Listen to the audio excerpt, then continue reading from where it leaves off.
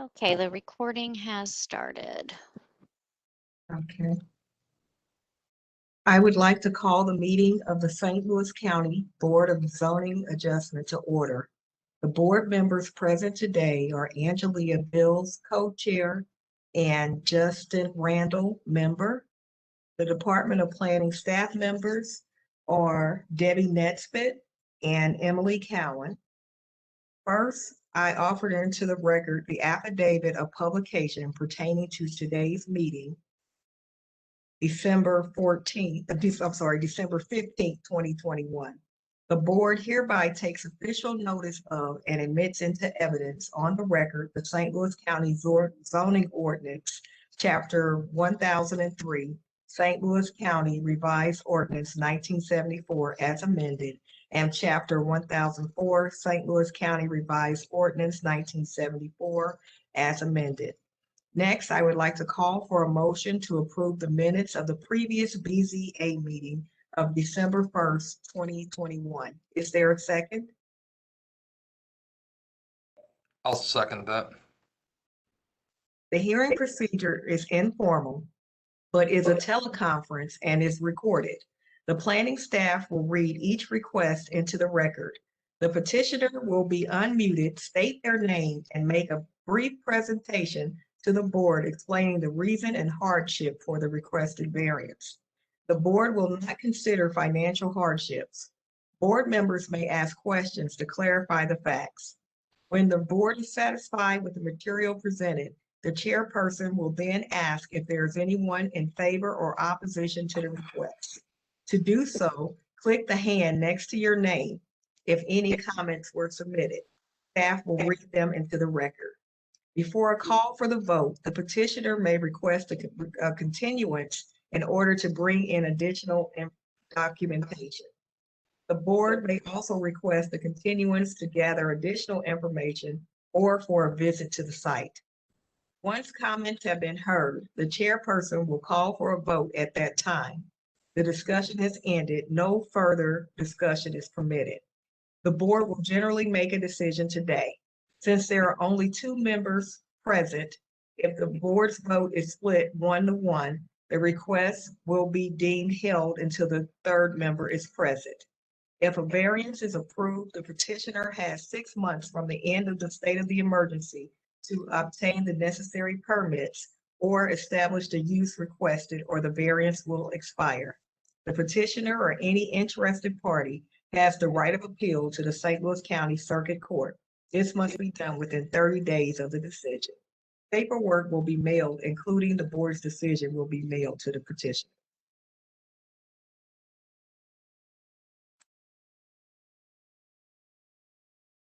Okay, first we have petition 101-216 LLC. Requests an exception to the front yard and sign regulations for the purpose of refacing an existing monument sign at 6060 Telegraph Road, maintaining a front yard of 14 feet in lieu of 15 feet, and a sign size of 97 square feet in lieu of 75 square feet, as required by the C8 Planned Commercial District Regulations, Section 1003.168, sign regulations of the St. Louis County Zoning Ordinance and C8 Ordinance 27,984.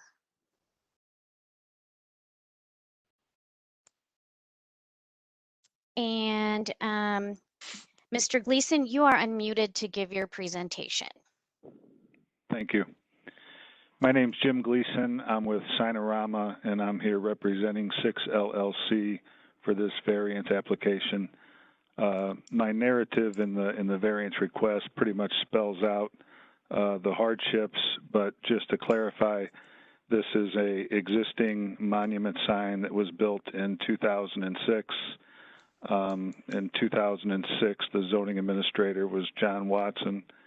Mr. Watson at that time, when computing square footage for monument signs, only computed the square footage of the actual signage that was on the monument. The current zoning administrators are calculating that square footage as the entire monument in its entirety.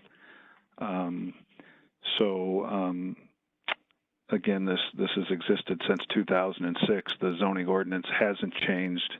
I guess the interpretation has. Our hardship is that you know, it's the same monument. It hasn't moved. We're just trying to update it slightly, 4 additional square feet of signage, which is still far below the 75 square feet. The second variance is on the setback, and that is 14 feet in lieu of 15 feet. 15 feet puts it right up against the sidewalk. And if you're familiar with this area, it's very close to the connector for the Cliff Cave Trail, so there's a lot of pedestrian, bicycle traffic, and having the sign up against the sidewalk, you know, would be a bit of a safety issue. So those are the 2 variances requested. And any questions? No. Dustin, do you have any questions? I guess, so you're literally just putting these up into more panels, is that it? Yeah, I mean, if you're at all familiar with this plaza, this plaza has underperformed for many years. Yeah. There's a new owner. He bought this plaza and kind of an identical plaza down at Telegraph and Christopher. Actually, the monument is exactly the same at Telegraph and Christopher. So if we're granted this variance, we're going to be back very shortly for a variance for Telegraph and Christopher because he wants to do the same thing. But as you can see, the existing signage is not adequate to identify all the tenants in the property. So he's trying to make that so that, you know, traffic flow on Telegraph, people can at least see that, you know, the tenants are in these specific spots. And so the monument sign is the exact same size as it was before. Exact same. It's been there since 2006. Hasn't changed. No, ma'am. Okay. And consequently, if we I'm increasing by 4 square feet. I'm trying to do the right thing by getting a permit. But if we stayed at the 32 square feet, or, you know, if we stayed the same, it would be considered a panel swap and wouldn't even require a permit by St. Louis County standards. So, you know, what we're increasing by 4 square feet, you know, we're trying to do the right thing by getting a permit, and here we are. Any more questions? I'm good, thank you. Okay. Is there anyone in favor or opposition? I don't see any hands. Okay. Hearing none, 101-21. I vote to approve the variance as advertised, and the hardship just being that it was approved under a previous administration and they're just updating the sign. I'll second that. Thank you very much.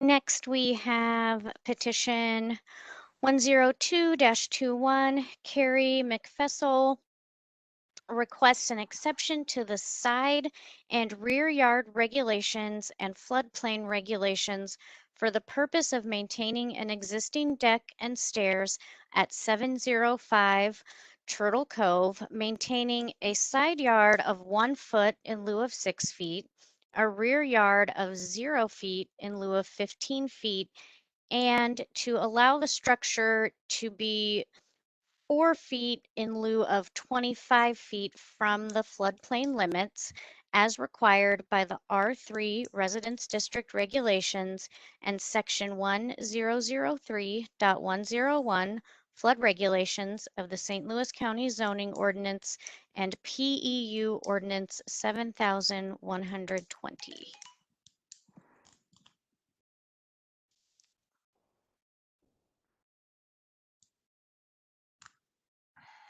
afternoon. And This is Ms. Sims, you're unmuted to give your presentation. Thank you very much. Good afternoon. My name is Evelyn Sims. I'm an attorney. I represent the probate estate of Carrie McFessel. She passed away in May of this year. This application was made on behalf of her estate, really, and her daughter Betsy Lewis, who is also on and available for questions. Through the process of working through her probate estate and getting this home ready for sale. This was a pre-existing deck. We discovered that there were the deck itself was, not in compliance. And as the application says, and as the map shows, that it, goes over the line, as set out in the application. We became aware of this when we had a contract on the property, and we went through the inspection process, and we're seeking to obtain an occupancy permit for the buyer, or for the buyer, and just sought to get a variance to allow this existing structure, which I understand otherwise is well built and in compliance with building requirements. In order to be able to sell the home and deal with Carrie's probate estate. So we were asking for a variance for this deck that was already there, that's set out in the application. Oh, and I also note that this is part of an HOA which approved the deck. In addition, I believe a number of neighbors gave their approval as well. I think that was submitted with the application. And as far as certainly this isn't gonna, so there's general neighborhood approval. So in addition to that, we're requesting that it be approved. And so once again, you basically just you needed it to be updated, or are you extending it? Is it like the same? I think that it goes over, the deck is fully built. So so this issue was discovered after it's After the fact. So by the children of Carrie, and through the process of working through administering her probate estate. So this is just a question, I guess, based on the application. It says there was a previous deck variance, and they're trying to replace the old deck, or is this, I guess This your explanation's a little different than what the application says. Yeah, there was a deck variance a long time ago, and that deck eventually was replaced by this one. And this builder didn't get a variance or a permit. So now they're having to go through and that whole process and get that all taken care of. And then did the new builder build over the property line? Yes, the old deck was shown inside of their property. But this something to do with this subdivision. There has been a few decks that have been built over the property line, and the HOA has approved that, and they have a recorded document stating that they're fine with it. Okay, yeah, because I mean, we can't grant a variance to something that's over a property line. Right. Okay, all right. Sorry, I just want to get all That's that okay. straight. And they do have that documentation from the HOA that they've approved this deck as constructed. Yes. Okay, all right. That's all the questions I had. Okay. I have no further questions. Is there anyone in favor or opposition? I don't see anyone. You just. All right, so in the matter of BZA 102-21, I recommend approval of the variance as requested. I second it.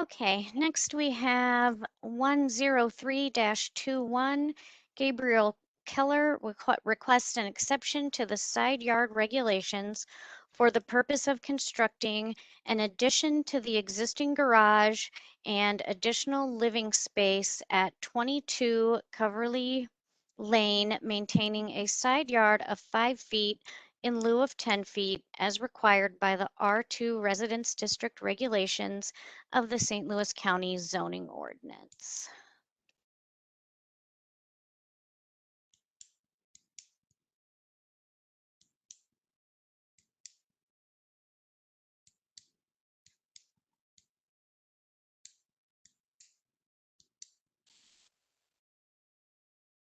And Mr. Keller, you are unmuted to give your presentation. Okay, thanks everybody. I did this, I don't know, 7 months ago or so, something along those lines, and then had the property surveyed after that and realized that the original design that I had for the house was actually going to put a post into my neighbor's yard. So had an architect come out and over the last several months, I guess you could say, been redesigning it as best as possible. And I'm just looking to get the same hardship variance for 5 feet from the side. The plan that I have is actually the site plan that was done by the survey crew that shows what I'm trying to do, leaving a 5'6" variance, mainly just because I need the additional space for where the driveway goes around the side and the garage goes. It has to be a little wider than normal because I roll around in a wheelchair on the daily, and just trying to make my life a little bit easier and make this for my forever home and have the space I need for the things that I'm looking to do.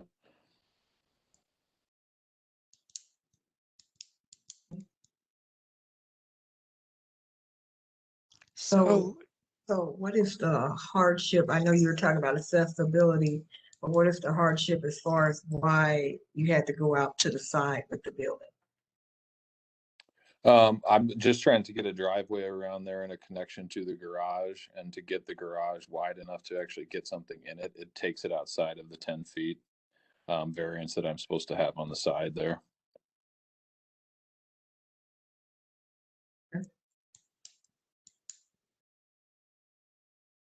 That's the plan that is shown on, that Emily is showing is the previous plan that he had. And I sent you a new plan today that spelled out more. It's going to be a garage addition and versus a carport, and he's adding additional living space. But this is the only variance he needs is for that part of the garage. Right. Right. I'm honestly not sure if the pool behind it it's going to be real close to the 10-foot line. Like I said, I'm trying to make this my forever home. The pool is actually a therapy pool that I'm trying to put indoors if I can afford to do it. So just to be able to connect it to where I can get in the side and around there, I'm just trying to get the variance changed from 10 feet to 5 feet.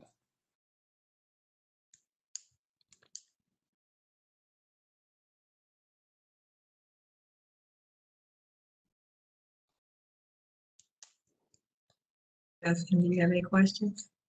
Sorry, is the existing garage changing? No, the existing garage is the same.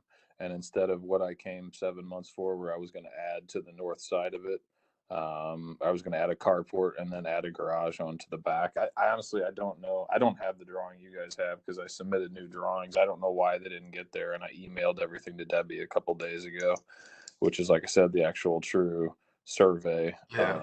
South We're looking at them. Okay. Yeah, we have. No, the existing garage stays the same. I'm putting a garage on the back of it.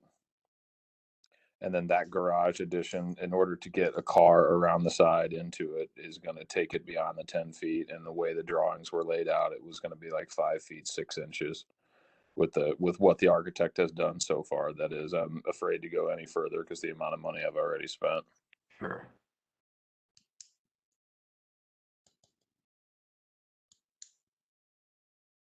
You have any further questions, Justin? I think I'm good. Is there anyone in favor or opposition? I don't see anyone. Okay. Hearing none. 103-21, I vote to approve the variance as advertised, the hardship being the need to make the home more accessible. I'll second that. Thank you both very much. I appreciate it. And Debbie, thank you again as well for all your help. Oh, you're welcome.